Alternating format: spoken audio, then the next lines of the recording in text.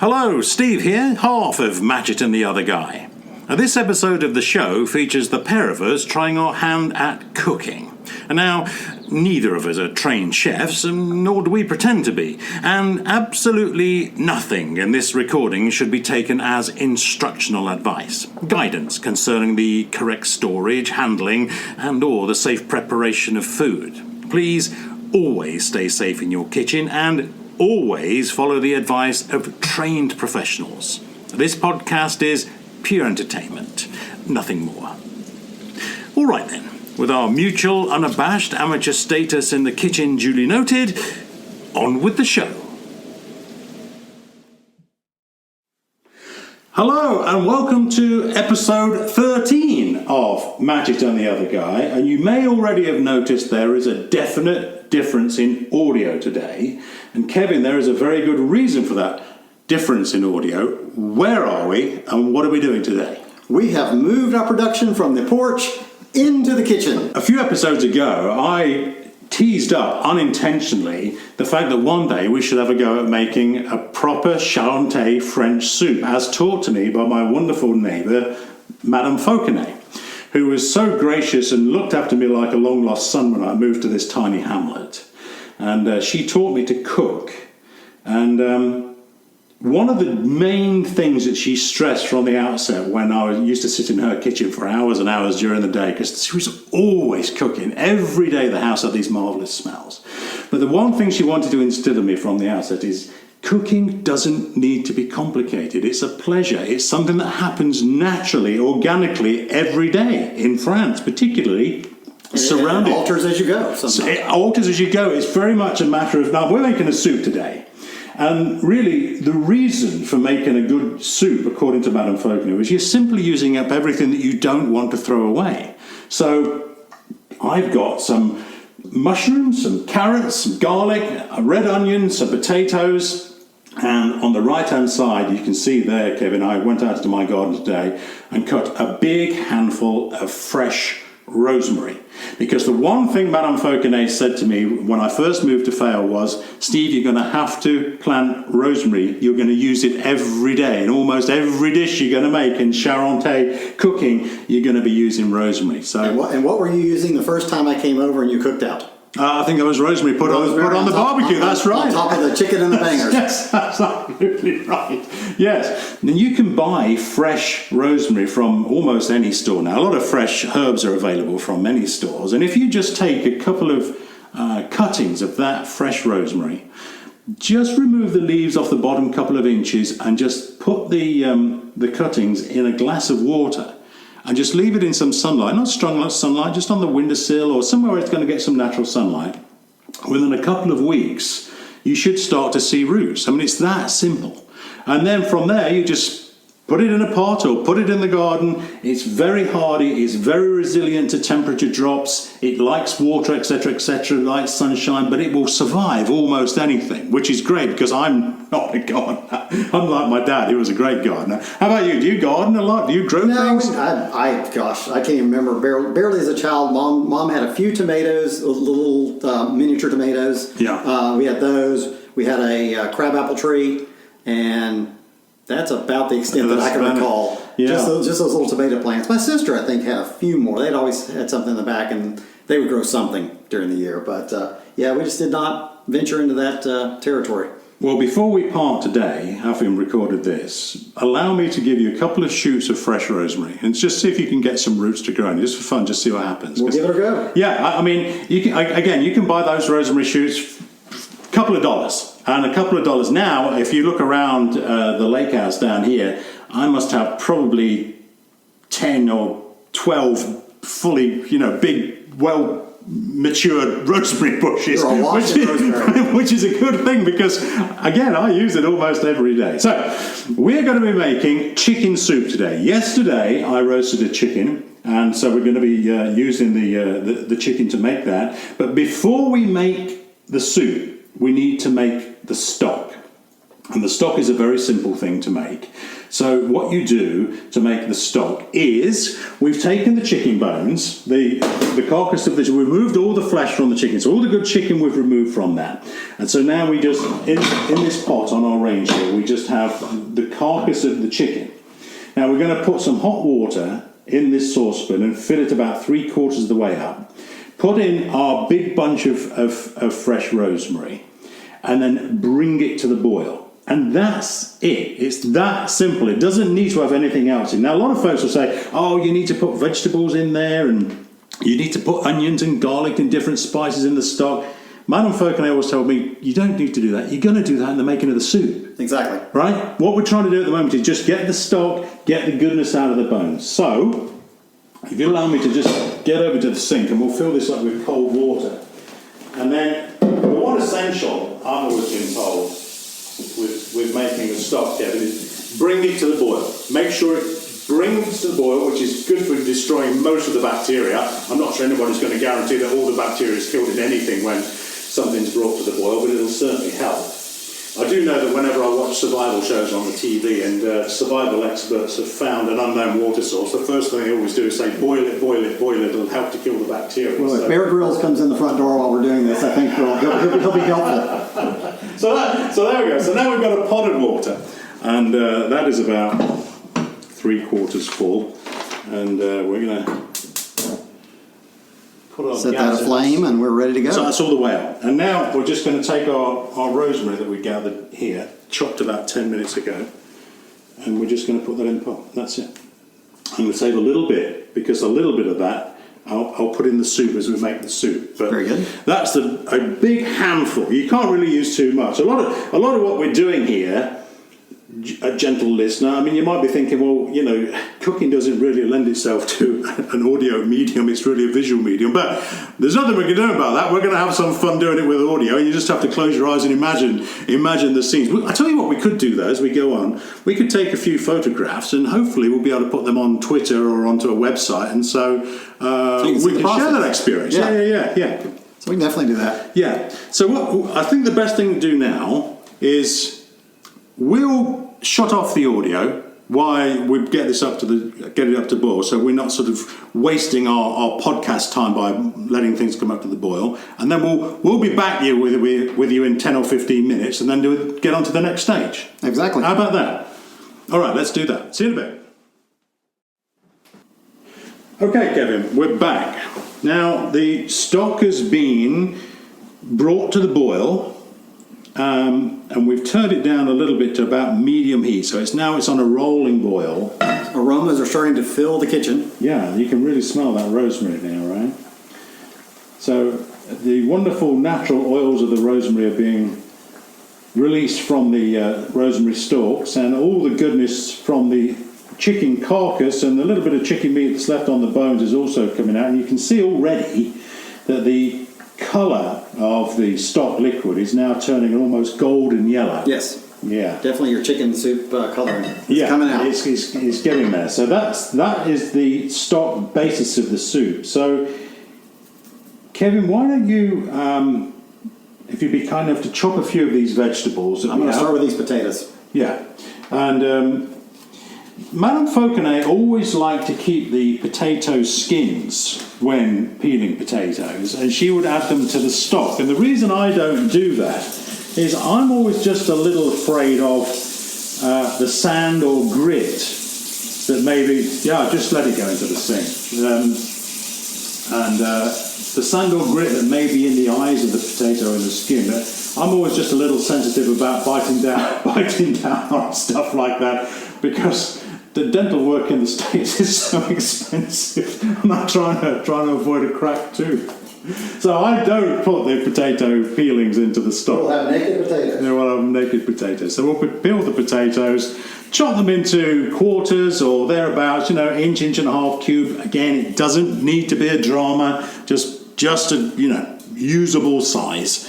And to your liking as a chef. Yeah, and exactly. And then we're going to do the same with the onions. We'll chop the onions up. Again, there's no regimented size it needs to be. You're just chopping them up so we can put them into a pan and simmer them down into a soup. And then we're going to use a wonderful Moulinex blender to blend the soup anyway. So, Right. you know, the same with the mushrooms. I managed to get a good deal on just plain white pre-washed cut mushrooms from the store yesterday. So that's what we're using. Now, some folks will say, "Oh my goodness, no, you've got to have organic mushrooms and all of that." It's no, you don't. It's whatever you've got is what you've got.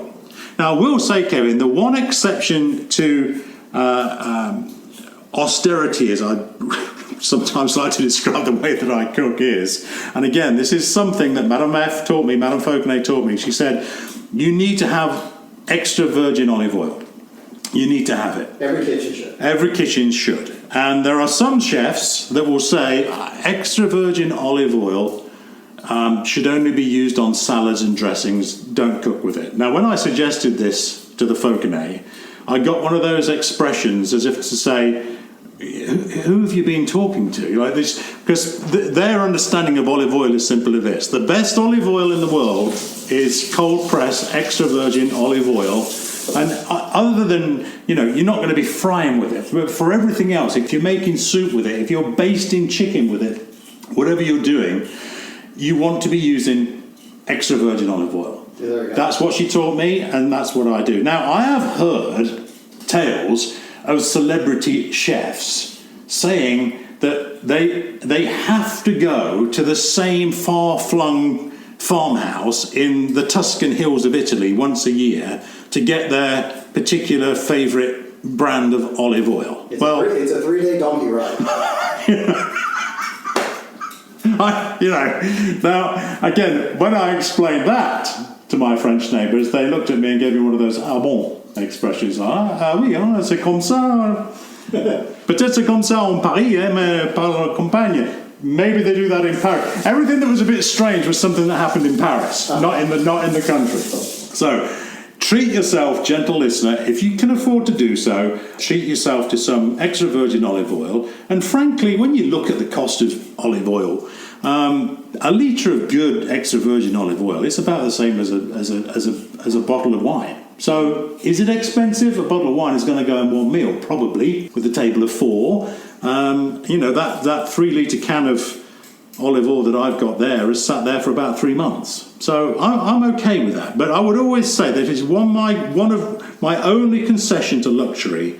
Treat yourself to extra virgin olive oil. You won't regret it. But I'm not expecting anybody to be spending huge sums of money on it. But there we are. And again, one thing we mentioned earlier on, Kevin, I was talking about rosemary. And I have a wonderful book in my collection of books, which is called Culpeper's Complete Herbal. And this is a wonderful book. My copy is from England in the 1940s, and it's printed on rather subpar paper and rather subpar ink because of war economies. And there's a little note in the front of the book to say that. But this Culpeper's Complete Herbal, written many, many years ago, with references to all sorts of herbs you're going to find in the woods and forests of Europe, particularly in England. And what it says about rosemary is I've highlighted a couple of little things here I want to share with you. So this is the Culpeper's talking about rosemary, and the description is that it rises from a long, woody, divoted root, a little fibrous, and the shrub is covered with a brown, tough bark, and the young shoots are a greyish green. That's the description of the plant itself. And then it goes on to the uses and the remedies that it can be used for.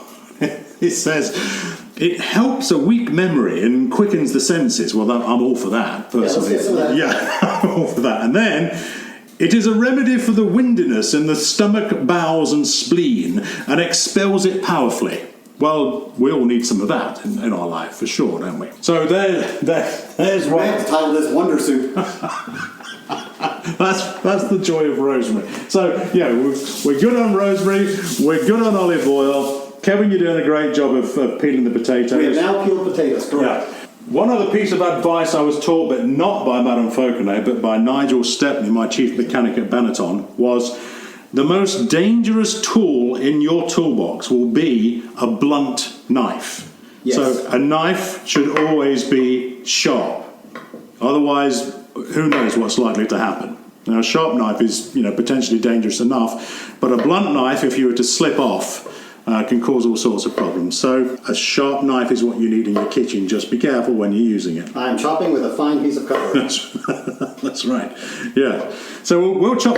That's great, Kevin. So we're chopping those potatoes in sort of inch and a half pieces. It doesn't have to be, again, it's nothing complicated. It's not a drama. If there's one thing I want to try and instill my lessons of being taught to cook in France is it ain't a drama. Nothing a drama. This is what we do every day. Yeah. It's been a long time since I've cooked anything from scratch, so this is a treat. Actually, in junior high, we had home ec. Oh, yeah? And one of the semesters was cooking. And I had the fortunate experience of the next class I had after that was science with Miss Roberts. Okay. And Miss Roberts was more than happy to let you show up a little bit tardy if you brought treats. Oh. If we had cooked biscuits and you're running a little bit late, but you have a biscuit from Miss Roberts, you're good to go. So we would always bring her something along the way. You were quids in, as they'd say in England. You were quids in, yeah. All right, gentle listener. So I think why the stock continues to do its stuff. And I'm going to let this stock boil. It's not an absolutely crazy boil now. I've turned it down to about half heat, so it's a rolling boil. But the smells out of it are fantastic already, I think. We're going to let the stock cook for about 45 minutes in total. And why Kevin earns his keep by cutting the vegetables, and again, we've got carrots, onion, garlic, and the chicken. We've got the chicken's in the fridge keeping cold until we need it, and a little bit extra rosemary we'll put in later on. We'll be back with you and continue with the soup. Talk soon. And we are back in the kitchen. We have now drained the stock and gotten rid of all the ingredients that were left inside, chucked those in the bin, and we now have a beautiful, I think you would agree, golden stock. I think the stock has come out very well. So yeah, we put it through the sieve, simply drain the stock after it had been, at a low boil, rolling boil for, what we say was about 45 minutes, 50 minutes, just to make sure. Yeah, we gave it a good long time. And just be careful, when you go to drain that stock, because it's an obvious point to make, but it's sometimes easily missed that pot that you're lifting up is incredibly hot. So then drain that through a sieve into another saucepan to drain all the wonderful stock. Yeah, and just put everything then that we don't want, the rest of the chicken bones, etc., and the discarded rosemary, that goes in the trash can. But the end results of that, I think Manfolk and I would say that's okay. It's almost a golden colour to a slight green from the rosemary that's there. It's kind of a celery green. Yeah, and a beautiful smell to it. I think it's got a fantastic smell. So I think the first half of our process here, the making of the stock, was a success. Exactly. And I think just the fact that we're doing this in the middle of the winter is a different process than if we were in the middle of July. This is this is a perfect recipe for coming into the house after a long walk out in the cold or in the snow, whatever it would be, sit down around the fire and have a cup or a bowl of this soup. It's going to warm you up. Wonderful smells from it. So now we have the stock in the saucepan over here. So let's start to make the soup itself. Let's do. And we mentioned earlier on my desire from Madame Fauconet's teachings to have extra virgin olive oil. So that's my can of extra virgin olive oil. For a start, we've chopped the garlic, and I say we, that's a royal we, because you very kindly did that, which is marvellous. Very, very thin slices, which is tremendous. Again, it doesn't need to be an overcomplicated thing. We're just looking to put the stuff into the pan with the olive oil at a very low heat, just to start to get it moving. And we're going to start with the garlic, then we're going to put the onions in, then we're going to put the mushrooms in.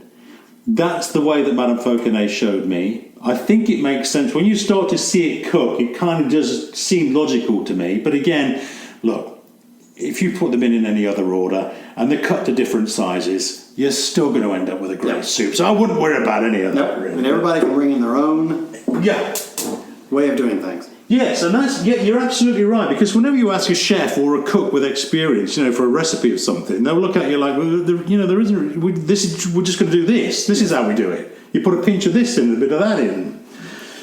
Yeah, it's very difficult to nail. You'll get something at the end, no matter what. Absolutely. So put the large saucepan now on a reasonably low heat. And we're going to put, I don't know, what do you think of that? It's a couple of tablespoons of olive oil. Yeah, a little bit more. A little bit more than that? Yeah. Now it's on a low heat. We'll just leave that for a second, just to get up to temperature. Then we're going to add the garlic. And Kevin's got the garlic sitting here on the chopping board with a knife, so I'm just going to put the chopping board straight over.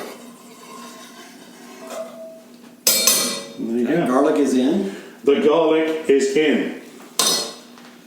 Now already you can hear that starting to sizzle a little bit. The only thing you have to watch, Kevin, at this stage, when you start to do this, the garlic has a tendency to stick to the bottom of the pan, which you don't really want, so just kind of keep it moving. I've just got a little wooden spoon here. You should start to hear that. If we listen, hopefully the mic will be able to pick this up. It just... Little pops, yep. Yeah. And we're soon going to get a different aroma filling the kitchen. They are fantastic ingredients, just like that. Now, if you're making an aglio olio, which is just basically spaghetti, olive oil, garlic, and then put some chili in, that's the base of that recipe right there. So we're already halfway through another recipe. So we'll keep that moving. Don't want that to get... We don't want to burn the garlic. Okay, it'll start to change colour to slight golden brown, but we don't want it to burn. That's good, I like that. Just keep it moving. Yeah. Now, I'll ask you to put the onion in. Onion. So we've chopped this up. You did some good chopped onion slices there, but again, it can be any slice, it's any size, within reason, you know. You can't get that wrong. As long as you chop the onion. And we use red onion. I don't know if you prefer a white or a red. Whatever you want. It's red today. It's red because that's what they had at the store. And if you went down to the market in France and all they had was red onions that day, that's what's going in the recipe. That's right. It's as simple as that. That was a great joy of shopping to cook, and we've talked about this before. I know on another episode of Mash and the other guy, the joy of cooking in France is you would go down to the market and find out what they had, and then plan your recipe from that. And at the end of the day, when we've done this, Kevin, we should end up with well over a gallon of soup just because of the amount of ingredients we've got here. But the joy of it is, you can put it into containers and put it in the freezer. It'll keep. Like I said, this time of the year, it's good to have it handy, and too, it's good to have chicken soup if somebody might have a little bit of a cold in the house or something. Chicken is, it's full of everything that's good for you. It really is. So I'm just constantly keeping this moving now to prevent it burning onto the bottom of the pan. One of my great luxuries is I've treated myself to a couple of Le Creuset pans because I like them. It reminds me of my time in France. They're certainly not the cheapest, but I do enjoy them. And that one of my favourite colours is blue, so my collection of Le Creuset pans. You do have a very nice blue collection. They're blue, and I try not to be crazy with money, quite frankly, but I do enjoy cooking, and I don't know. I like to be remembered of my time in France, and these remind me of my time in France. So. Well, too, it goes to anything that you buy that's going to outlast you if you take good care of it. That's money well spent. Yeah.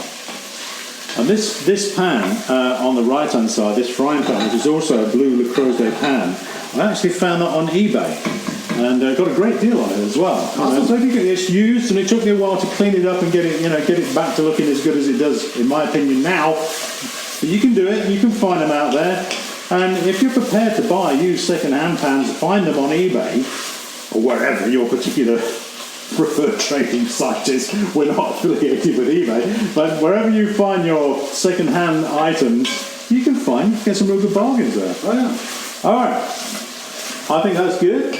The onions are starting to change colour a little bit now as of the garlic, right? The oil is being absorbed into the onions. Yeah, they all have a nice shimmer to them. Yeah, I think we're ready for the mushrooms. Ready mushrooms. Yes, sir. Let's try that now. All right, so we can go on. All right, dumping those. Yeah, these are just white sliced mushrooms because we got a good deal on them from the store.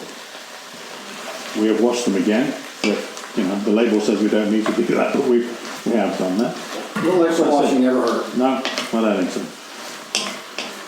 And as you mentioned earlier on, Kevin, just while we stopped down for a while the stock was boiling, just clean up the kitchen as you're going along is without doubt the way to go forward. So when you've done one thing, if you're waiting for something to get up to temperature, or you're waiting for a stock to simmer, that's the time when you just wash up the pots and pans that you've already used, and they're ready to go for the next stage. Then. Yeah. So it's just a constant process. You're never sort of really, twiddling your thumbs, wondering what to do, what the next thing is, because you're always just busy doing something.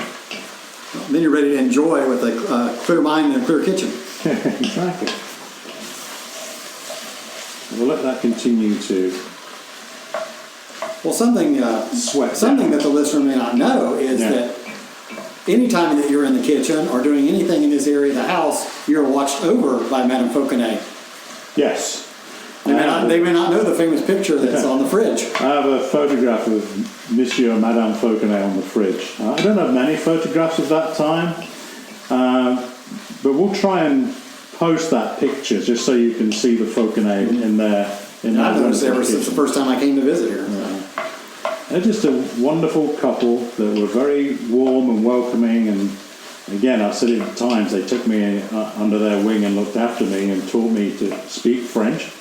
Correct, Charente French, as they would have it, and taught me to cook and taught me many things. But what the overriding thing that they taught me was, it's whatever we've got is here to share with those around us. And their great pleasure in life was cooking, sitting down over a dinner table, having a glass of wine, and just telling stories from bygone times. Well, I think that's a European thing quite a bit, and that's something that we kind of overlook a little too often in the States. Yes. The sense of community in those small communities. For example, we're talking about the cold weather and the joy of having a good soup in the cold weather. But when it snowed in France and you were snowed in, then all the families in that one little community, and it isn't just France, it's all over the place, but my experience is in France, but they would all come together to make sure that everyone was taken care of, that no one was overlooked. That, if a family had a little cheese and another family had a loaf of bread and another family had a goose or whatever it would be, there is a dinner for 3 families. Exactly. Yeah. And if anyone was brave enough to trudge off over the fields in the snow to try and get to the store and buy anything, then, you brought it back and you shared it out amongst everybody else. Yeah. It's just how it was. All right, so there's our mushrooms that are cooking down nicely. I think now we're ready to add the carrots and the potatoes. All right. Get some bulk in there. Yeah. We'll add those to the mix as well. Going in. Yeah. So you've chopped those potatoes, They're about 1-inch quarters. Yeah, wonderfully well. 1-inch chunks. Yeah. And our carrots, we talked about, never overlook a bargain. The baby carrots were also on offer. So we've got a bag of those for a good deal. So just whack those in half. Yes, exactly. Which means there was no peeling, no scraping, no chopping the tops off or all of that. All right, so let's just have a listen to that. We haven't put the peas in yet. I just want to save a moment to put the peas in. And that little bit of olive oil. But the noise that you can hear now as it starts to bubble is the juices and the fluids coming out of the vegetables. Again, you just want to stir it just every now and again. Just keep it moving so it's not sticking to the bottom of the pan.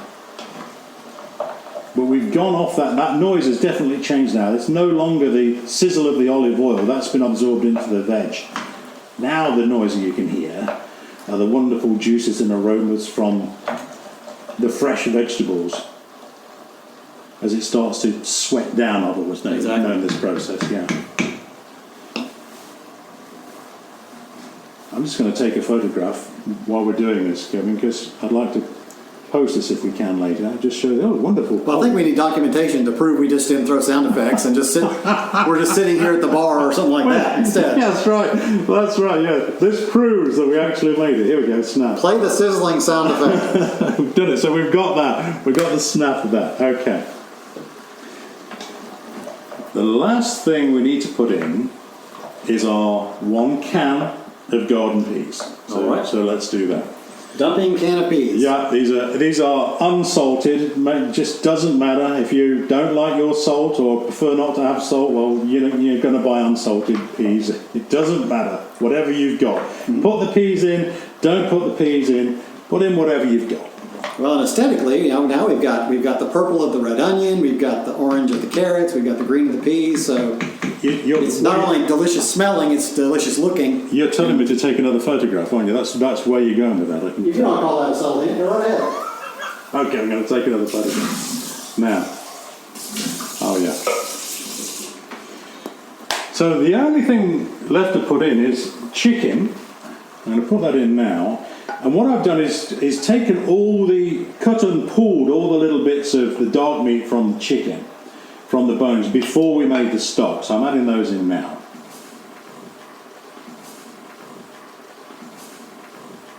Now we're ready to add our stock. Okay. Here we go. More into now.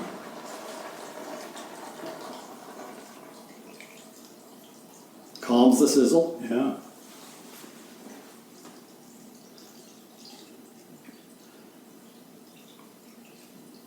There it is.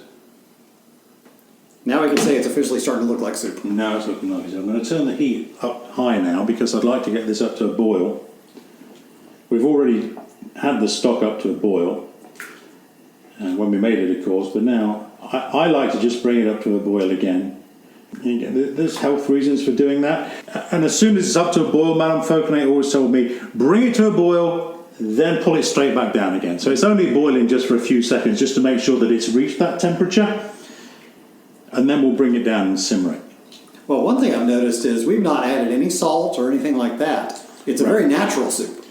It's absolutely natural. We actually had no salt on the peas too. So those of you that have salt aversions, this is often off to a good start. Now, at any time, you can season the soup to whatever you want with salt and pepper, a little bit of chili pepper. I haven't put anything in because it's personal preference. If I was making the soup just for me, I know what I want in there. But as you know, it's easy to always add seasoning, but it's very difficult to mask that flavour if it's too much on the back side of it. So that's something I grew up I've never salted anything. Right. Since I was little till now.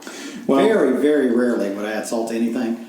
And I just started in the past, I don't know, maybe 10 years, throwing pepper on a potato dish or something like that, maybe a pot pie or something like that, just a little bit to give it a little zip.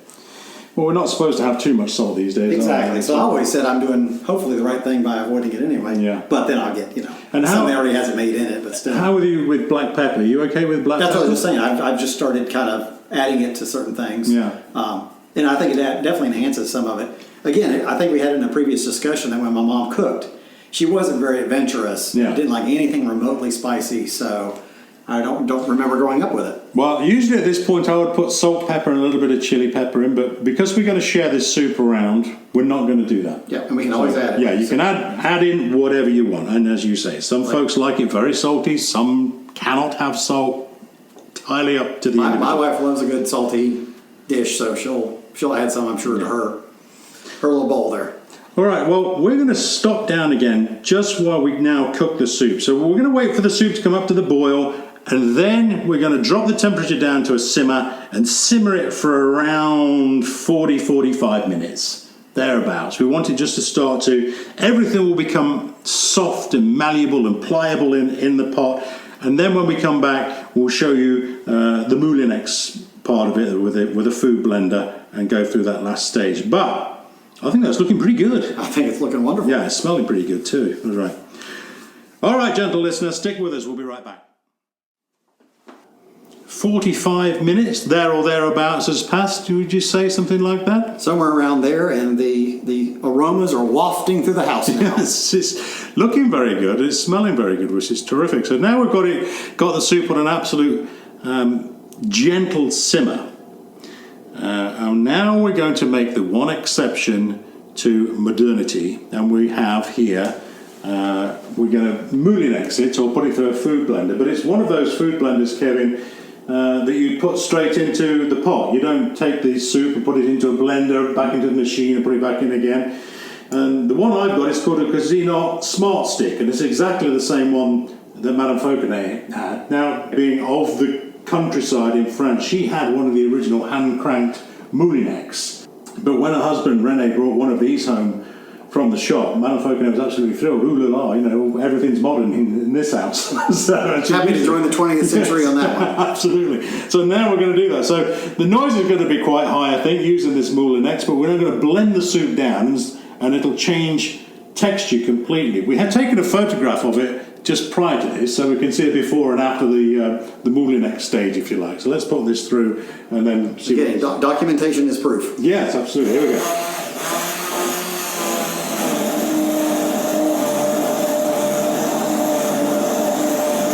Just stirring it around gently in the pot. And it's already starting to transform. Yeah. Yeah, I never thought about using one of these hand stick ones in a pot of such like that. I always thought of it more of a drink blender, but this will work for sure. Multi-function tool. And the idea is that the potato that we put in, along with the peas, the starch from the peas and the starch from the potato, will transform the soup into a much thicker consistency. And again, what you want at this time of year, something very hearty. Something very hearty. Yeah, the French word for this is velouté. Velouté, which is a thick soup or a thick sauce of any type. Well, it sounds like it might come from volume. It could well be. Yeah, the French word comes from original origins and volume. It could well be. But you can't really overdo this. When you decide that it's thick enough, that it's blended enough, that you got rid of all the bigger pieces in the soup, you can stop. But you can't really over blend it at this stage. And it's changing. It almost looks like a sort of porridgey consistency. I was exactly thinking that exact term. Yeah. I'm thinking we're getting pretty close to that. What do you think of that? Yeah, that's just about right. It doesn't take long with one of these blenders.